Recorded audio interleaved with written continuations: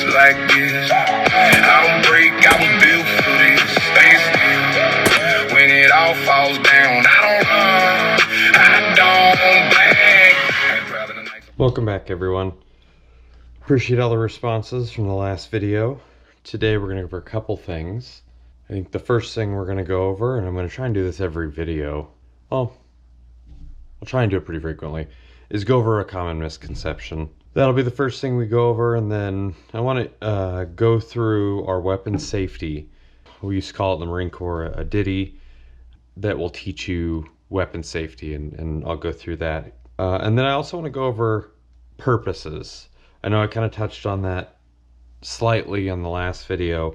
Each weapon system has a purpose. Most people just build ARs or buy a gun because it's a cool gun or whatever. Each platform has its own purpose, and you have to understand what the purpose of that is. Understanding what this is and how you're going to use it and the best operational environment for whatever platform you're intending to buy or build. So knowing your purpose is an important aspect of firing a gun or owning a gun. Definitely not going to use a 50 cal sniper rifle for home defense. So I'm going to kind of go over that a little bit, but let's get into it. One thing I did forget last video is to tell you what the name of this weapon system is. So I told you I have a nickname for every gun, and this one's Reaper. The reason it's Reaper is because it has a Reaper Cerakoted on it. It also has a Marine Corps logo Cerakoted on it, the Eagle Globe and Anchor. Kind of hard to see, but the purpose of this one, I'll go over it because this is not going to be the one that we go through our weapon safety with, but while I have it on the table here, this is more of a 5.56 CQB, and we'll go into that terminology later, training rifle. This is to throw a bunch of rounds down range, train, get the tactics right. And so I use this more as a training rifle. It does not have a suppressor. A lot of mine do. And we'll go through that in another video. But that is the purpose of this. Well, unlike my kids, I do have favorite guns. This is not one of them. I do love this gun. I love all my guns that I own. But my favorite gun is what we're going to go, or one of my favorite guns, is what we're going to go through our weapon safety and the rest of this video with. So let me introduce you guys to the Green Mamba, aka Bob Ross, and there's a story behind it. This was actually an accident gun. I didn't mean to build it. I wasn't ever planning on building it. But my brother actually decided he wanted to purchase an AR. So he purchased the lower, and as we discussed in the last video, that is the firearm. So once this gets registered into my FFL book and then transferred over to an actual purchaser, it's a little more complicated than just handing a part over to someone. So he bought this, and then he bought the upper, and he bought a handguard, not this handguard, and then he never paid me fully for it. And I don't make it a habit of giving people free firearms parts. So he ended up taking what he did pay, and he bought a different firearm from me because it was too pricey to build out this whole thing. So I just had these parts lying around, and I thought, I want to build one of the lightest rifles you could possibly build. Most rifles are around the 6-ish pound range. This is 3. And actually I do have a couple 3D parts printed. I do manufacture parts myself sometimes. So this hand grip is 3D printed. And so a friend of mine, even though I call this the Green Mamba, called it Bob Ross because it was a happy little accident. If you've painted with us before, we don't make mistakes. We have happy accidents because very soon you learn to work with anything that happens here. And when you get over that fear of making a mistake, then it becomes fun. It is actually one of the best shooting rifles I own. It's fun to shoot, it's maneuverable, and the purpose of this, because I did have to find a purpose to justify it to my wife, but really to myself, was a quiet CQB quick target acquisition rifle. Now this shoots a different round. It shoots a 300 black, and we're going to go into rounds in another video. The Reaper shoots a 5.56. I'll show you the difference at some point on what those rounds look like. But I actually built this based on this suppressor. Got it really cheap and thought, why not?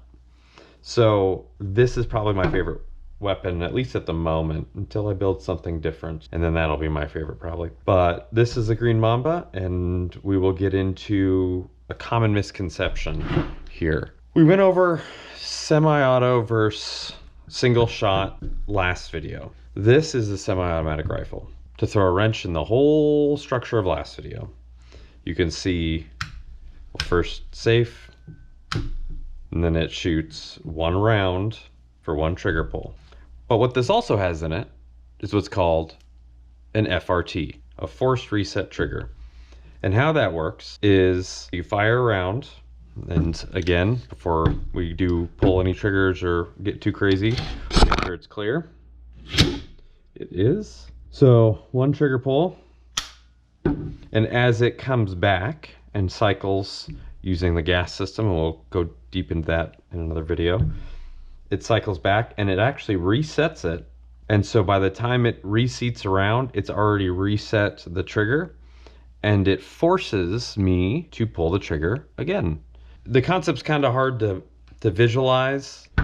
When you take this, again, single shot, single trigger pull, well then, unlike the Reaper, this has a third position. Super safe, or whatever we want to call it.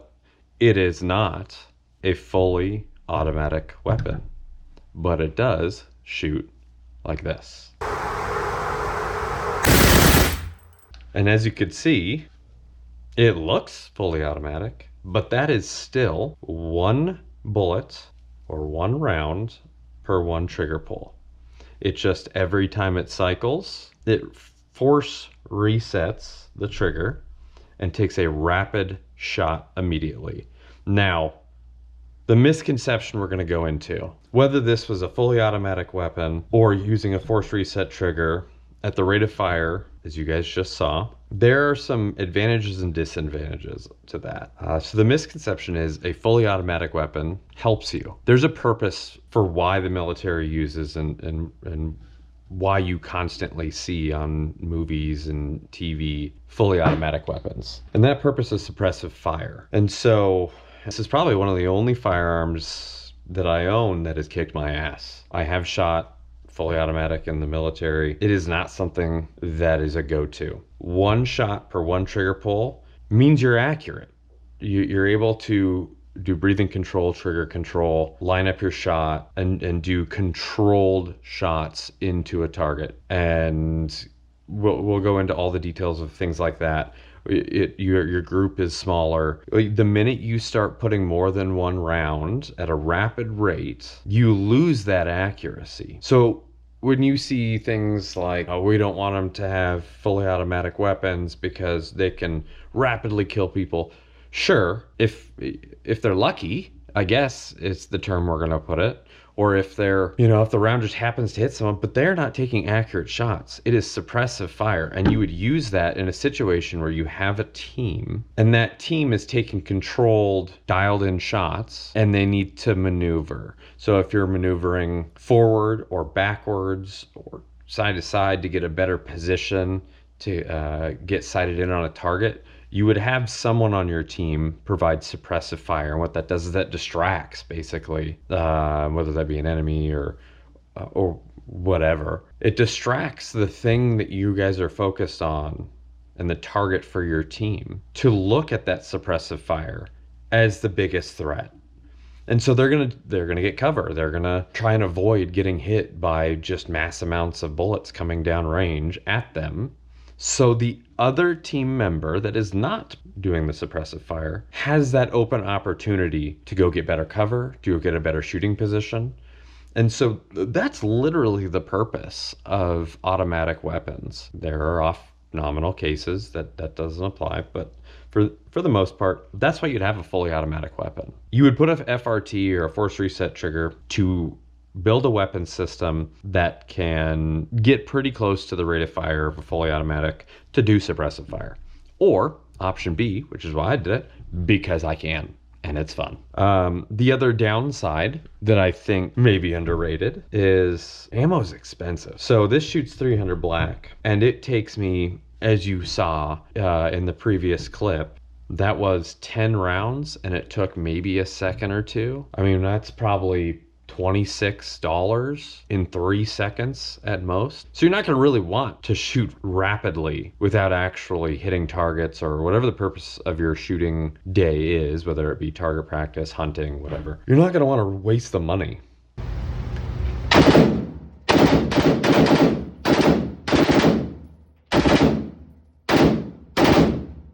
So that is another disadvantage. So that's a misconception. It is not a benefit to have a fully automatic weapon, except suppressive fire. Again, there's cases that you can apply that maybe there's other advantages. There's always the exceptions to the rule. Hopefully you guys learned something. Hopefully when you hear, whether it be Congress or whoever, say things like fully automatic weapons, or they don't know what they're talking about half the time anyways, you realize that that's actually not an advantage. And the only thing they're doing is just reducing your ability to have a structured team that can provide cover for each other. I mean, and they're also reducing the fun on the range. I mean, that's basically it. So with that said, that's our misconception for today. We're going to go into weapon safety rules on this, and I'll just flip this back.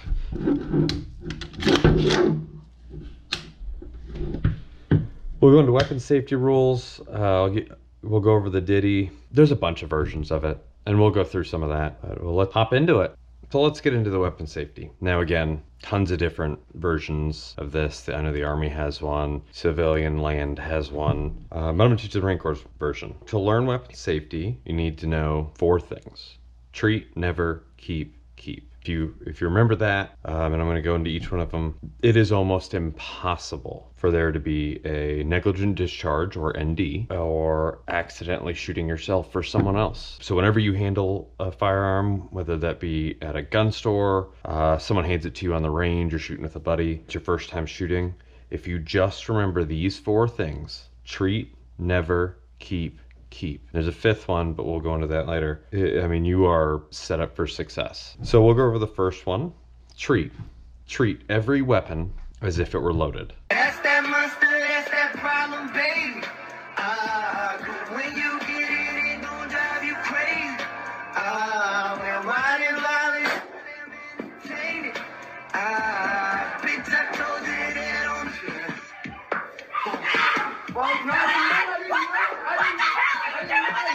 Now, I have young kids. I do take my oldest shooting frequently, but the rule is you have to repeat before we even get to the range. You have to repeat and explain each one of the 4. So the first one, treat every weapon as if it were loaded. Clearly, not only did I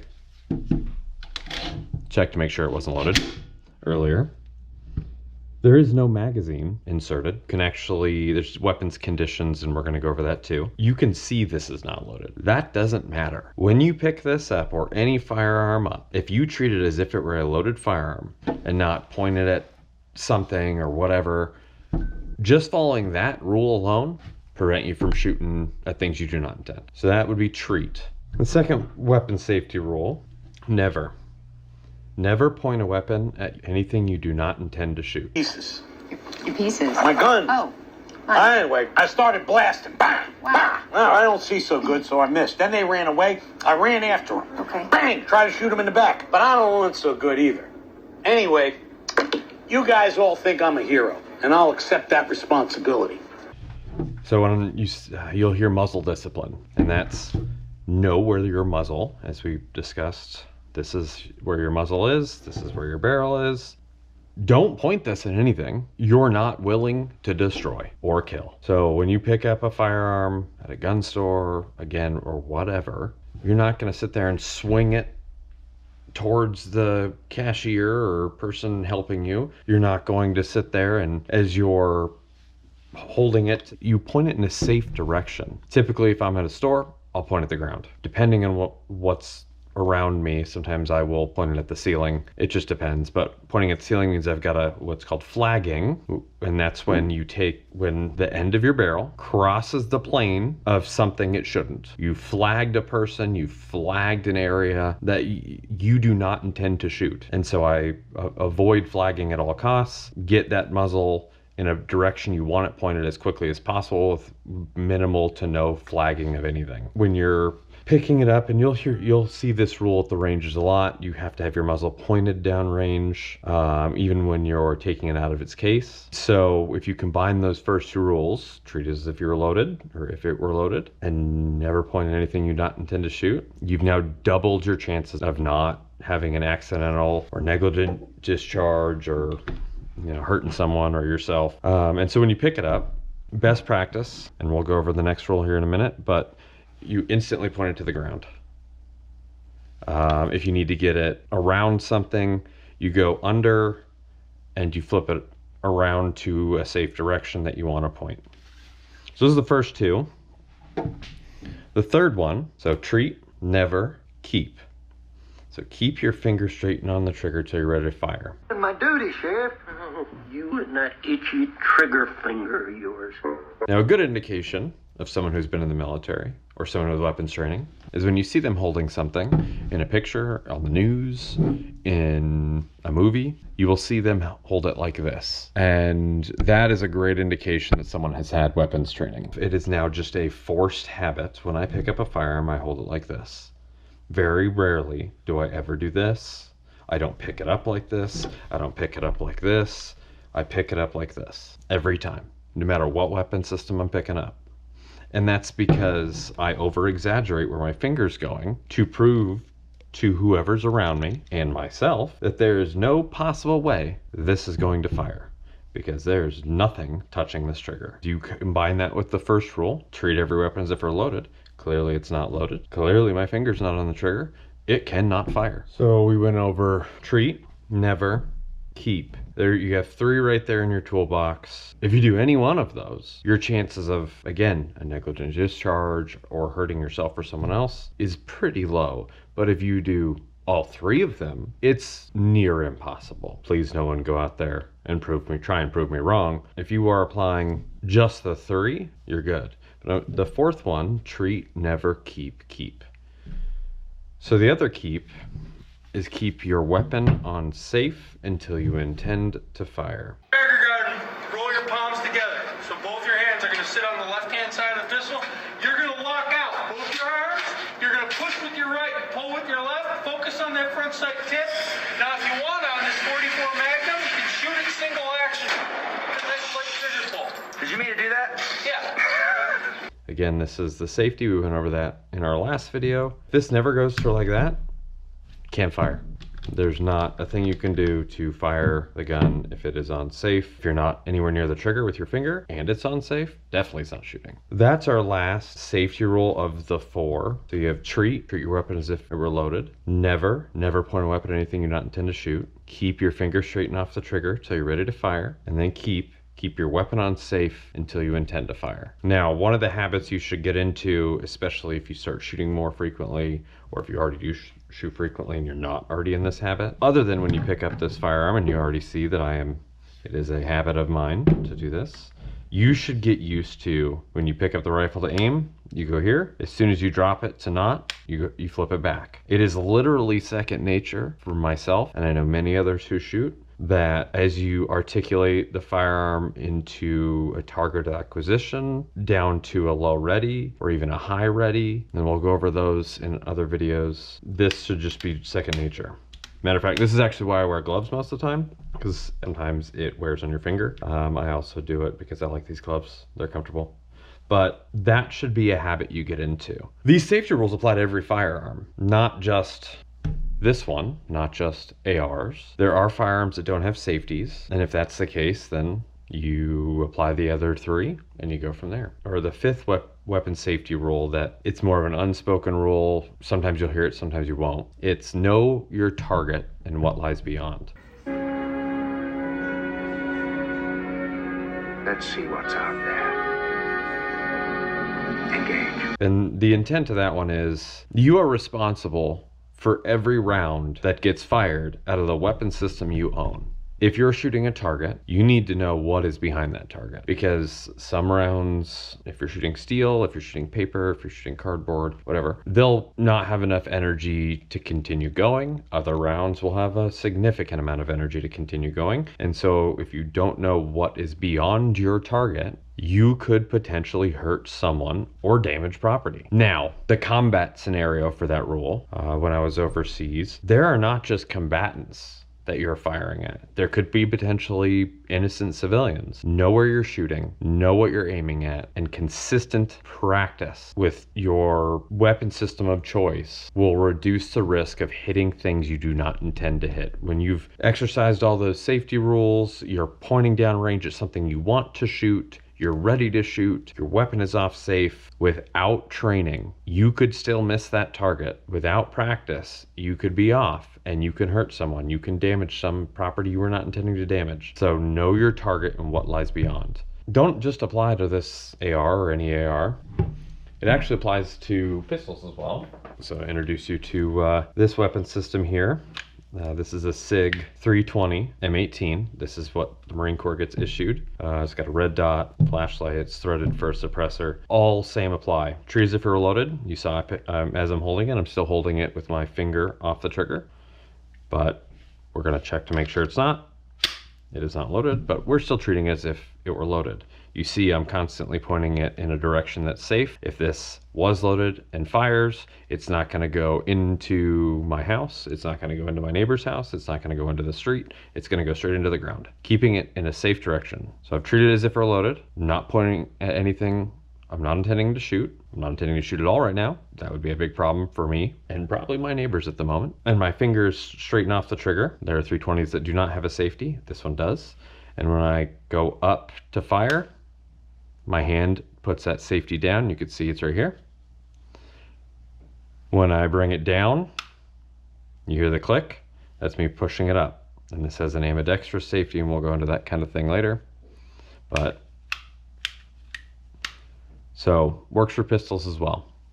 That covers our weapon safety rules. Now what we're going to go into, since we've covered how to handle a weapon safely, we're going to go over weapons conditions. Within the weapons conditions, I will be loading a round into the chamber for demonstration purposes only. As long as I am practicing the other safety rules, we should be good. All right.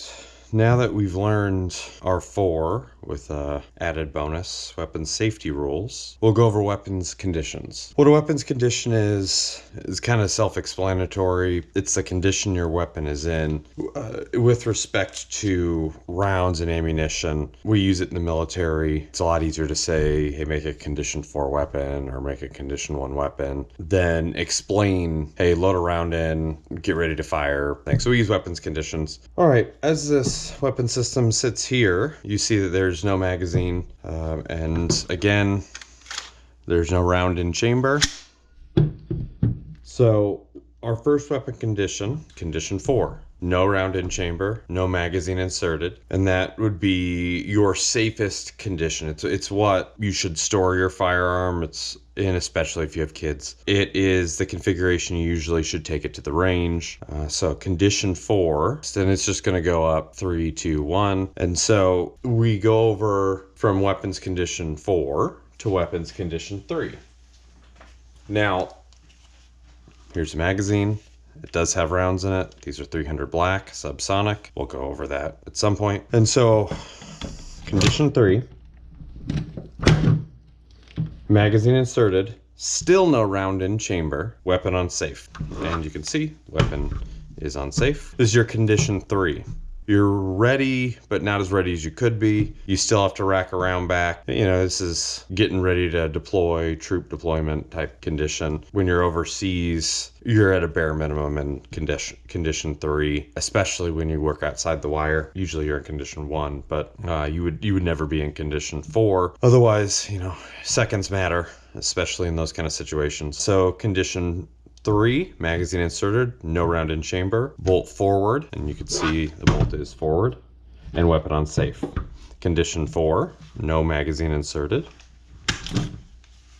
no round in chamber, bolt forward, weapon on safe.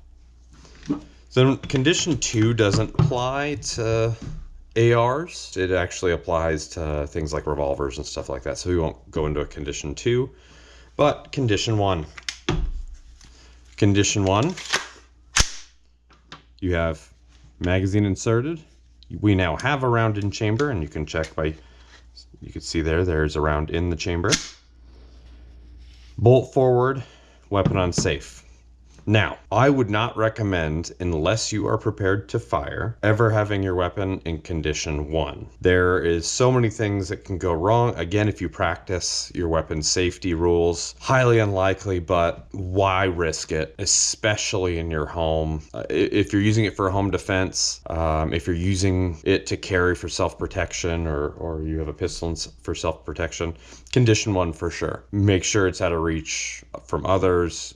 You know, a lot of times if you're storing it within the house in a condition 1 state, I would have a trigger lock on it. They make a lot of things for like thumbprints and quick releases, so if you need to rapidly deploy your weapon system, you can.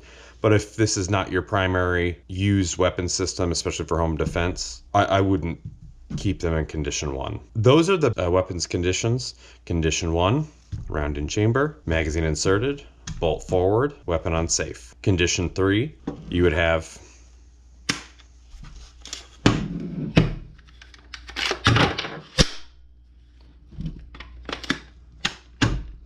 magazine inserted, no round in chamber, bolt forward, safety on. And then condition 4, no magazine inserted, no round in chamber, bolt forward, weapon on safe. So that covers kind of the safety basics. Knowing your weapons conditions is important. That's how most accidents happen. You may think you have a condition 3 weapon, but you have actually a condition 1 weapon. You go to dry fire, you pull a trigger, and now you have a negligent discharge. So a lot of failures can occur if you don't know your weapon's condition and if you don't practice your weapon safety rules. Treat, never keep. I say it every time I go to the range. I make my kids say it. I even make service members or civilians that I make sure that they at least have a basic understanding of those things, not only for my own protection, their protection, and making sure it's a fun, safe environment. Shooting is fun, right? I mean, the practical uses, self-defense, home defense, but I mean, really, it is fun, especially when you get things like steel targets, which we'll go into once we get to the range. You can, there's a lot of virtual games you can do at some ranges and stuff like that. So it can be fun if you're practicing the safety rules, if you're treating this with respect, and if you understand, and I said this in the last video, this is a tool, nothing more, nothing less. You use the tool appropriately, you use the tool with respect, and you're gonna have a good day. There's a purpose built for it, just like a hammer, just like a drill, just like a saw. You can use them in ways that are pretty fun, making things and stuff like that. So no different. Gonna be what we go over today in today's video. I think we will also go over next video another myth or misconception. Likely it'll be about suppressors. They're really fun, but there's a lot of misconceptions out there for it. Probably gonna go into some of the shooting techniques, trigger control, sight picture, sight alignment, and starting to get into the basics of actually operating your weapon system. So we kind of built it out, kind of showed you basic parts in the first one, went over misconceptions between semi-automatic, single action, building off of that, how to operate it safely, knowing your weapons conditions, and then we're going to go into some of the shooting basics. You practice a lot of these techniques, you're going to get good at shooting. I mean, the key though is training, practice. Now, if you have a weapon system already, you're looking to get one, you don't have to go to the range to practice. Dry firing, and we'll go over what that is, on a regular basis actually provides a significant amount of muscle memory, weapons manipulation. It is actually a great benefit. They actually make a couple systems you can buy, things like Mantis. You can dry fire it into a target, it kind of registers where you hit, and you don't have to spend money on rounds or drive to the range or spend money on the range. You can practice in your home. Just make sure anytime you handle a firearm, you're doing it safely. Now that we've walked through the weapons safety and some of the rules, we can kind of get into the techniques and tactics and some of the operations of it. As the famous Harry Potter said, live long and prosper, everyone, and I'll see you in the next video.